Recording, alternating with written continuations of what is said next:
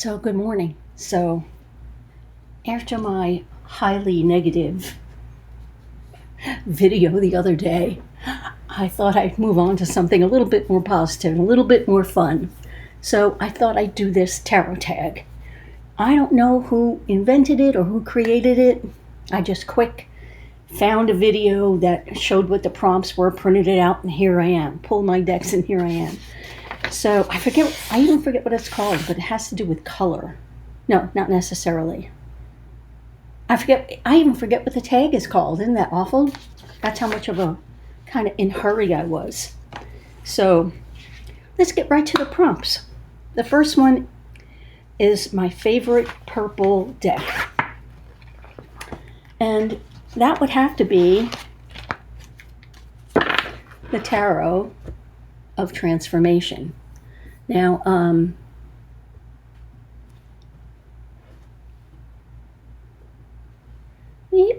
let me see here. I want to get it right.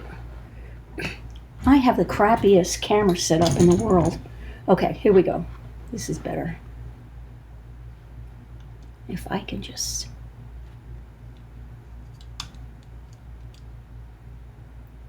Okay, that's not bad. I can deal with that. Can you? Which one looks like it's really... Oh, there we go. Much better.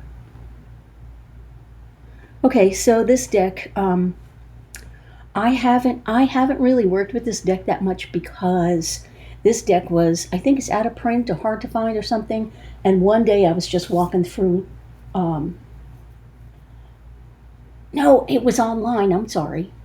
I was just putzing around looking at some witchy stores, and they had this deck for sale with the book, with the guidebook. So I thought, oh yeah, I'm getting it because it's supposed to be, obviously, be transformative in your life. And I am currently working on a different book about that kind of stuff. But now that I've reconnected with this one, I might just combine the two. So let's see, Temperance, integrating polarities. Well, that's a good hint, isn't it? Let's see, Three of Wands is authentic nourishment. Untying the mask. Web of life. Well, I guess the purple are just, there's a lot of purple in here, but it's not all purple, but I think I was working with a different deck for that book that I'm working on. I'm going to switch to this one because this has got some really cool, and I love the artwork.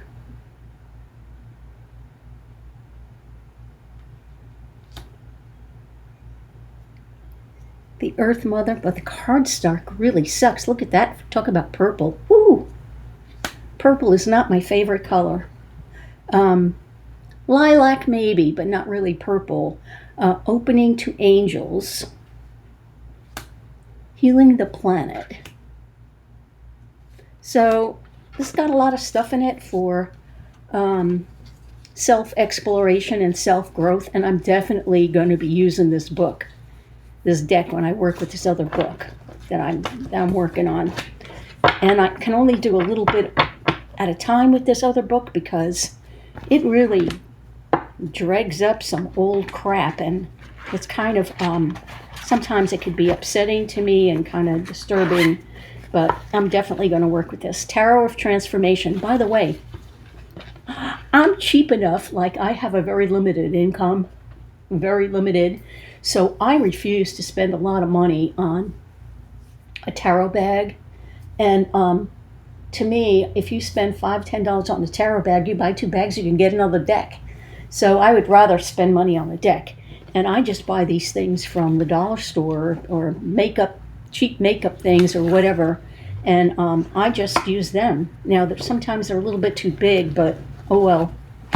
Okay, the next deck is a deck for rainy days.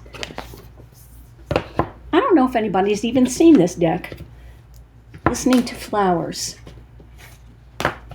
And of course,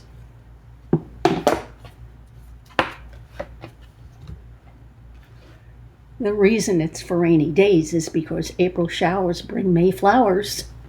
So they have the particular flower on that, and on the back they have a little thing. I am grounded in fearlessness. I face challenges with curiosity and confidence. I stand tall and know I am safe. And the book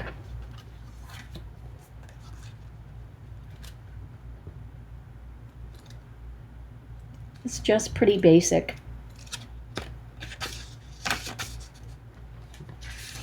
Let me see if I can hold this up here. Oh man, I need new glasses. I can't even read that. It's so tiny. So you're going to have to... Oh, now I can read it. So, but it's beautiful. And the cardstock is really... it's not typical cardstock like for a tarot deck. Like, I would be really careful. It's cardboardy, but I think it works with this particular deck because of the colors. Rock rose, that's frankincense. So, but you know what? I lived in Portland, Oregon for like 20 years, and although that was a little bit too much rain, I really loved some of those dark, foggy, misty, rainy days, cool and crisp, and but I like the rain. I live in Florida, and I didn't know this, but did you know Florida has a rainy season? Yeah, it's the summer months. And so like during the winter months, it's very dry. And I remember one year, and I'll do this again if I'm given the opportunity. It's very dry that all our grass dies, and you could see the sand right through the lawn, it's very dry. And then this one year, I was so sick of the dryness, that when it rained, I literally went out into the street and I was dancing in the middle of the street. But people probably thought I was crazy, but who cares? A deck that loves the mud. I'm sorry, but it has to be this one. This deck, it's supposed to be for shadow work, but I'm sorry, but I just don't get it for shadow work. Unless it's in the book somewhere, probably. But this deck just cracks me up because I feel like it's a visual picture of me. All the things that go wrong in this deck for these people, or this creatures, whatever they are. What's wrong with this thing? Come on. There. Let me move this up a little, just a tad. I could see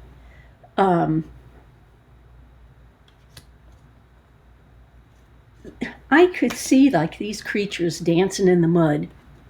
I'm sorry.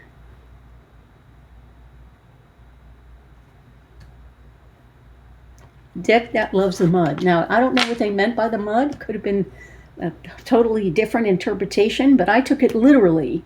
And I could see these guys like doing crazy shit. See, like, look at this. You see the leg right here? You see a leg over there? Nope.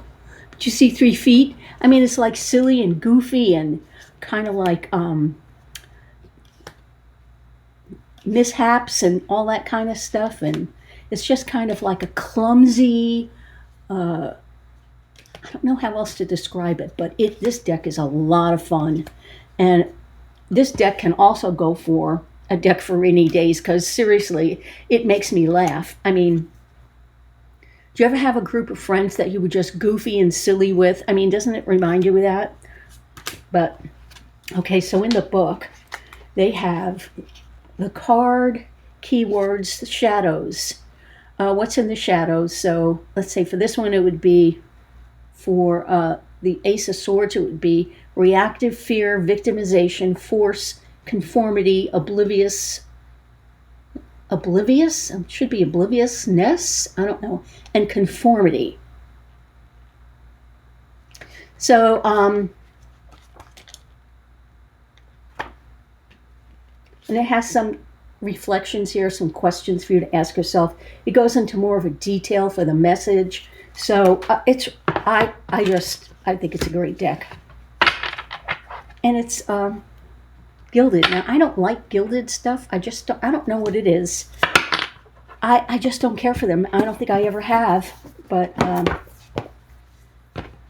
and I wish to God Llewellyn would come up with a better box. We don't need well, whatever. So that one was a deck for the mud. My fiercest deck has to be the deck I was talking about yesterday in my last video. This deck is not something to be messed with, I'll tell you right now. And this is not a deck that I would use before I went to bed. I'll tell you that, because I would be having nightmares. This is the Dark Grimoire. And I think it's in another language. You might find it under Tarot del Necromonicon. And of course, it's a Lo Scarabeo, and it just comes with a crappy little white book. It is really... Some of the cards to me were even like what I would call shocking. So if I'm dealing with like a really ugly subject matter or something like that, and like I said in my last video, well, I posted this in having a conversation with one of my viewers. If I'm in a really bad mood and I find myself angry or something like that, I would use this deck. But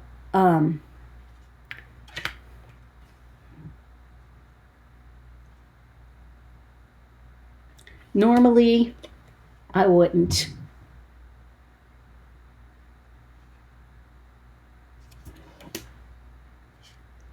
There is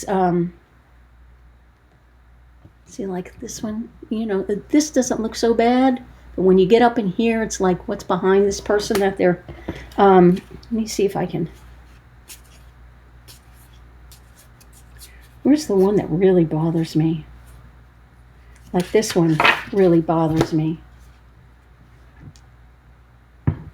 So here is this guy. He's like reading whatever he's doing there. And then he's got this thing coming up behind him. That bothers me. When I was a kid, how old was I? I think I'm guessing I was like 8. We owned a house. My father owned a house. And he was putting in a back porch, cement bricks. And he invited a couple of his cousins over to help him build this back porch. And it was summer, and it was like blazing freaking hot. And back then, there was no air conditioning, just fans. And our house, so we had all the windows open, and of course his cousins brought all the kids. The house was packed full, and all the women put all their purses in one place. It was on an ironing. They opened an ironing board, and they put all the women's purses there. And some man climbed in our window and stole all the women's purses. Now, the scary part is that the window he climbed in, he had to climb over all the kids, including me. I slept through that, but I heard the grown-ups later, and it was the grown-ups talking about calling the police and talking about this and how shocking it was. The grown-ups made enough noise to wake me up. After that, I could not go back to sleep that whole night. I sat in my mother's lap. I was terrified. And that's what this card reminds me of. Like, you don't know what's coming up behind you. And so, anyway, this is a really disturbing deck. If it really reaches into the far reaches of your mind and pulls out the absolute worst that could be in your mind. It's really something, this deck.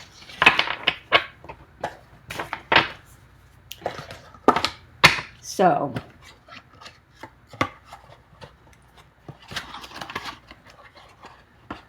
oh, bear with me while I try to get this back in the box. Okay, so a deck to brighten up your day. It has to be this one. This deck just tickles me. I love this deck. I wish he would come out with another deck that has the same kind of theme, and that is the Playful Heart deck, and it's by Kitten Chops. This deck just it just is joyful, and it gives me, when I look at this deck, it kind of brings back that freedom of freedom when you were a kid. You weren't worried about anything because, that's what your parents were for. I'm talking you're pretty little, before you were aware of the evilness of the world and all that stuff. You have all this freedom and joy and no intimidation at all. You're not worried about who's going to think what of you or anything like that. You have nothing to prove and that kind of stuff. That's what this deck reminds me of. It's like sheer joy.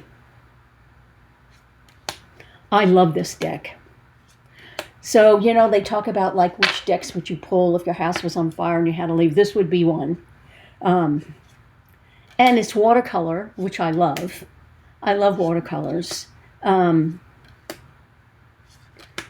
this deck is like, and there's a little bit, and some of the cards has a little bit of a devil in there, like childish things that children do that get in trouble, you know what I mean? There's a bit of that, but not much. And it's just playfulness. I wish that, those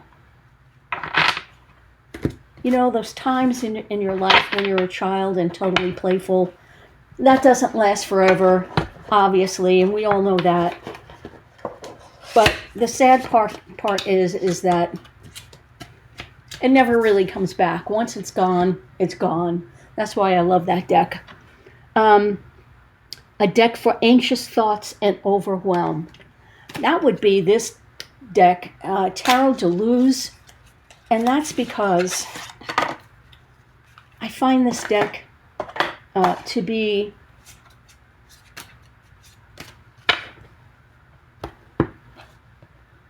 totally non-threatening.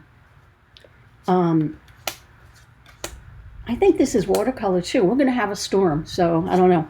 So it's just a deck that is, it's just a calming deck. It's not very busy. The images are, oh, that's the Hangman, that's right. The images are simple, and like I said, totally non-threatening and non-intimidating, and just kind of a peaceful, as far as tarot can be peaceful, I would say that it's this deck. I think this is watercolor too. No wonder I love it. So, and this doesn't come with a book. This comes with a little pamphlet.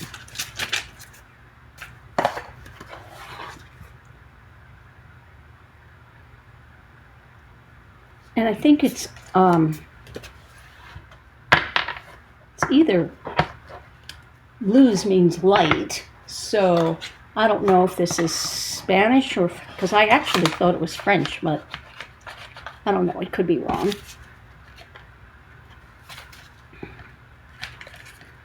Oh God, now what did I open this for? Now I can't get it back together. There we go.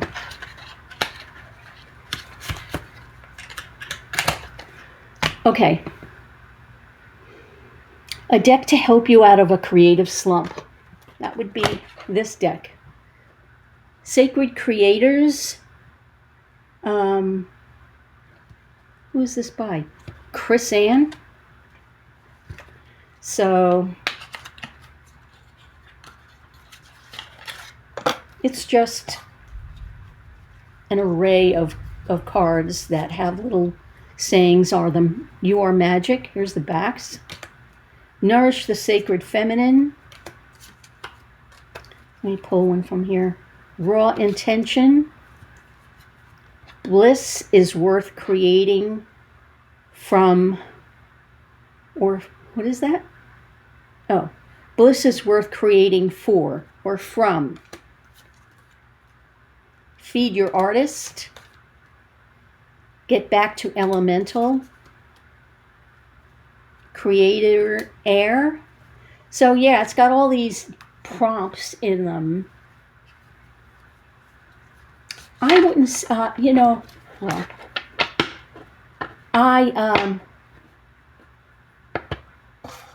I'm trying to teach myself watercolor, and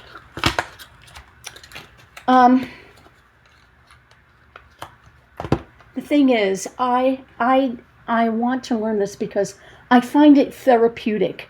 Painting is very calming. You have to have, especially when you're learning, you have to really focus on it because it's not just a matter of just slopping paint on a paper. You really have to make an effort to control the brush and the water and the color and that kind of thing. But it isn't like frustrating because a lot of times an error you make is like a happy accident. And so I'm no artist, and I don't do it to become an artist, but I want to get better at it. And so I've been teaching myself watercolor by watching YouTubes, and they have so many tutorials on how to create watercolor paintings. And I'll never be an artist, let's face it. But, you don't, to me, you don't have to be an artist to enjoy it. You could just be happy in the doing. And that's the point where I'm at. Now, I did try to take a watercolor class with an artist, but I kind of hated it. I felt, because there was, the first couple of days wasn't too bad because there was only like 3 or 4 people in there. But on the second day, there was like 12, 15 people in there, and they had all taken classes from this lady many times before, and there were people in there that had a natural ability, which I don't have. And they may have been beginners, but they still had that natural ability, which I don't have. And I just hated the atmosphere in there. And it wasn't hostile at all. It was my own kind of like insecurity, I was putting an intimidation on myself. And I just didn't like it. And so I said, hell with it. I'm just going to do what I want to do, and that's it. Now, the problem is that since I got my dog, it's really hard to find time to do it because, first of all, when you're painting, it's going to create a mess. You have to drag everything out and put everything back and this and that. And the dog always finds a way to interrupt me. Either she's got to go out, or she's hungry, or she's barking, or she wants my attention, or whatever it is. And so, but don't get me wrong, I love the dog, but I would like a couple of hours to myself. So I'm thinking of like, I don't know if I'm going to be able to afford it, but I'm thinking of putting her in like, it's not boarding where they just put him in a cage, but it's like in a person's house where there's other dogs, where she could go and have fun and play with other dogs, and I can have a couple of hours of peace and quiet. So I'm thinking of doing that. But we'll see how that works out. But this is a great deck for that. So anyway, the Witchiest deck. Well, I just got this, and I was really hesitant on whether or not I wanted this deck, only because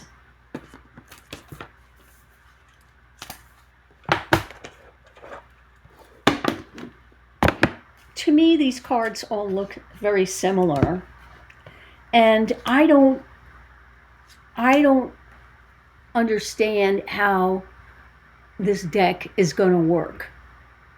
as far as actually reading tarot, unless I just refer to my memory and kind of like transfer the words to and picture in my mind what that definition means. I mean, yeah, that could be, but I like to have something to prompt me into. I like a visual aid, and they kind of like don't necessarily trigger, for me, they don't necessarily trigger that thought. So I wasn't sure if I wanted it, but I'll tell you. Well, that's part of my last question. I'll tell you about that later. But the book, I wish that they would find a happy medium, because we don't really need a book this big.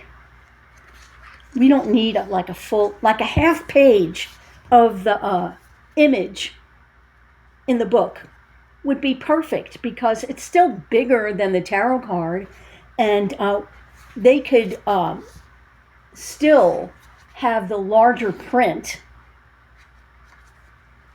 which is good for people, especially like with poor eyesight, or they, to prevent eye strain. Unless, I don't know what people are doing with these big images. Are they ripping them out and framing them? I've thought about doing that with a couple of my books because I like the image so much, but I don't know. So I'll tell you about this part later. Hopefully I'll remember.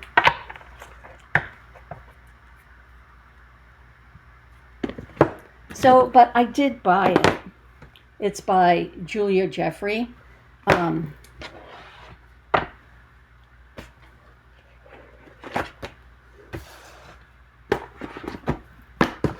So that's that.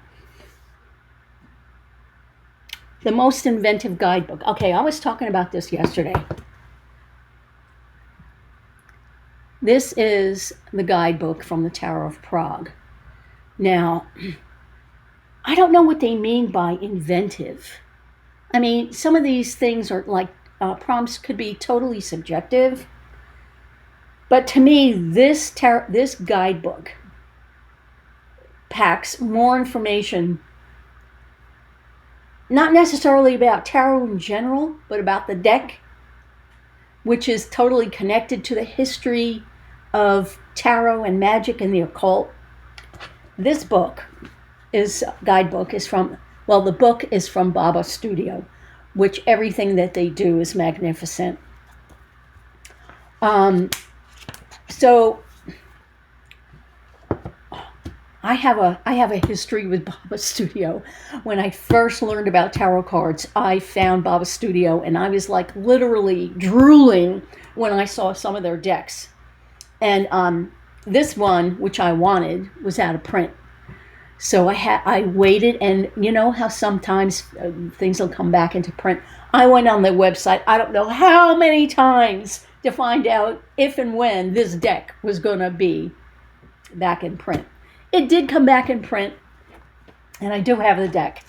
Now this book, and I have it signed by Karen Mahoney. They were first in Prague, but they have since moved to Ireland. I don't know what the reasoning was or anything, and I don't think, they said they're not going to be making any more new decks. And they have, well, I think they made one more deck. I'm not sure, but they're not putting them out like they used to. And I think the problem was because of pirates. I mean, they had, these poor people put their heart and soul in these decks and guidebooks, and they had pirates stealing their stuff. And I think that was the main reason why they didn't want to do it anymore. But anyway, so the book has what is tarot, the images and symbols used. See, now, like I explained the other day, this Prague was a magnet city back in the day for all kinds of spiritualists and occultists. Everybody was there. And Prague has a lot of statuary and areas and all kinds of things in the city that are related to magic and the occult. There's a good story in here about, I wish I could remember now, storytelling with the Tower of Prague. Look at all the highlights and the checks and everything I have in here. The Magic City of Prague. That's its nickname. Now, the city I came from was first nicknamed Money Earned in Mount Vernon. That's where P. Diddy's from, and Denzel Washington. And Mount Vernon earned the name Money Earned in Mount Vernon because of so many rappers came out of Mount Vernon. That nickname has now been changed to Murderville. And so thank God I don't live there anymore. But the Tower of Prague, their nickname was the Magic City of Prague, the City of Magic. And they talk about, let's see, the alchemists of Bohemia and the Czech lands, the rabbi and the golem. This was an interesting story. Ghost and hauntings, fairies, vampires, and all of these have. Now, this is getting into the explanation of the actual images on the cards. And if you could see all I highlighted here, the magician.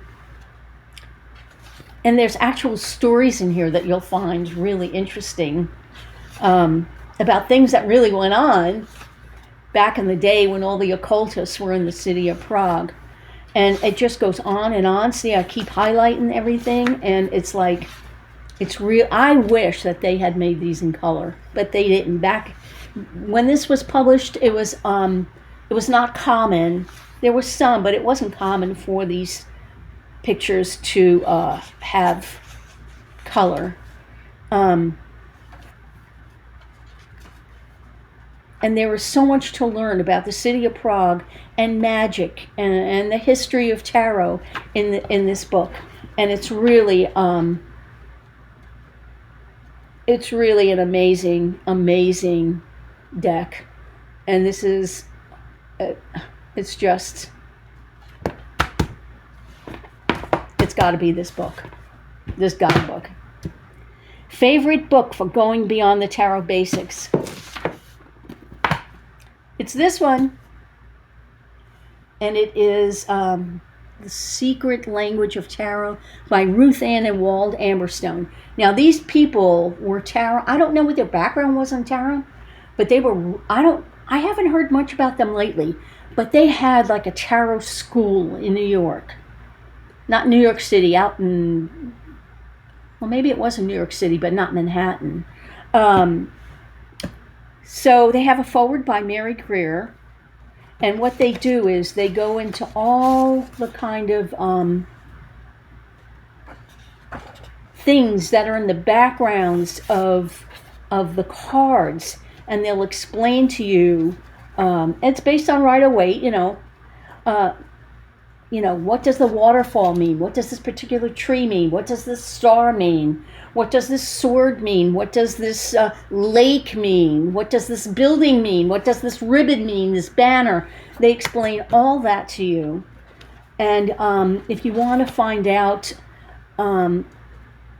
like we have our basic definitions of the tarot card, but if you want like a background, information on things in the background that you can pick out when you're doing a tarot reading, you might find it useful in a tarot reading to pick something out from the background.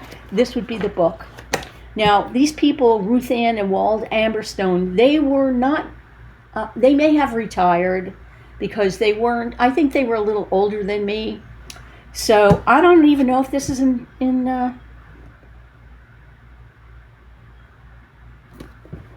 print anymore. I didn't even look at that. But it's a great book for that kind of stuff. A YouTuber who inspires your creativity.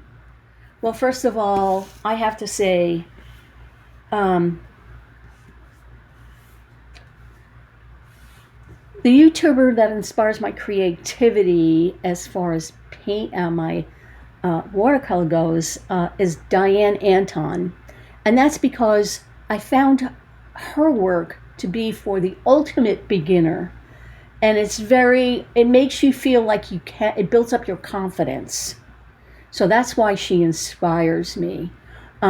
Sure, it's basic, simple stuff, but it's fun. Some of her stuff is just plain fun.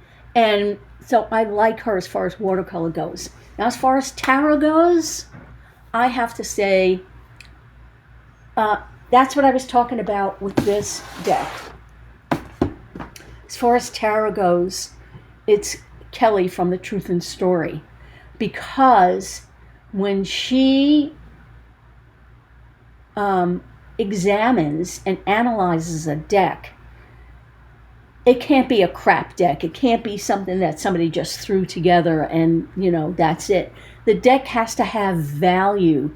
It has to be usable. And that's what I like about Kelly from Truth and Story. And she'll tell you, the artwork is beautiful. She might have a few decks that she just likes the artwork because she does art herself. But if she says it's a good deck, it's a good deck.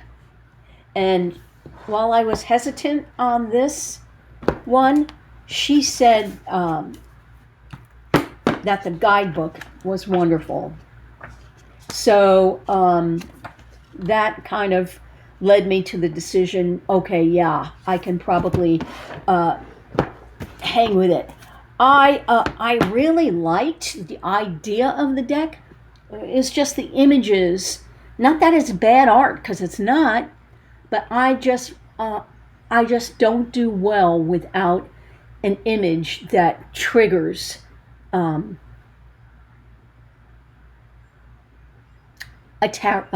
tarot image for a reading. I don't do well with those kind of decks. But I believe Kelly at Truth and Story, and she's been on YouTube for years and years. And I can't imagine what her tarot collection is up to now, unless she's gotten rid of some. She must have a huge amount of tarot. And she also knows other forms of divination pretty well too. And she'll share that with you too. And like she'll even go into like if you tarot journal, what's a good fountain pen and what's a good journal, all that kind of, she'll go into all that stuff.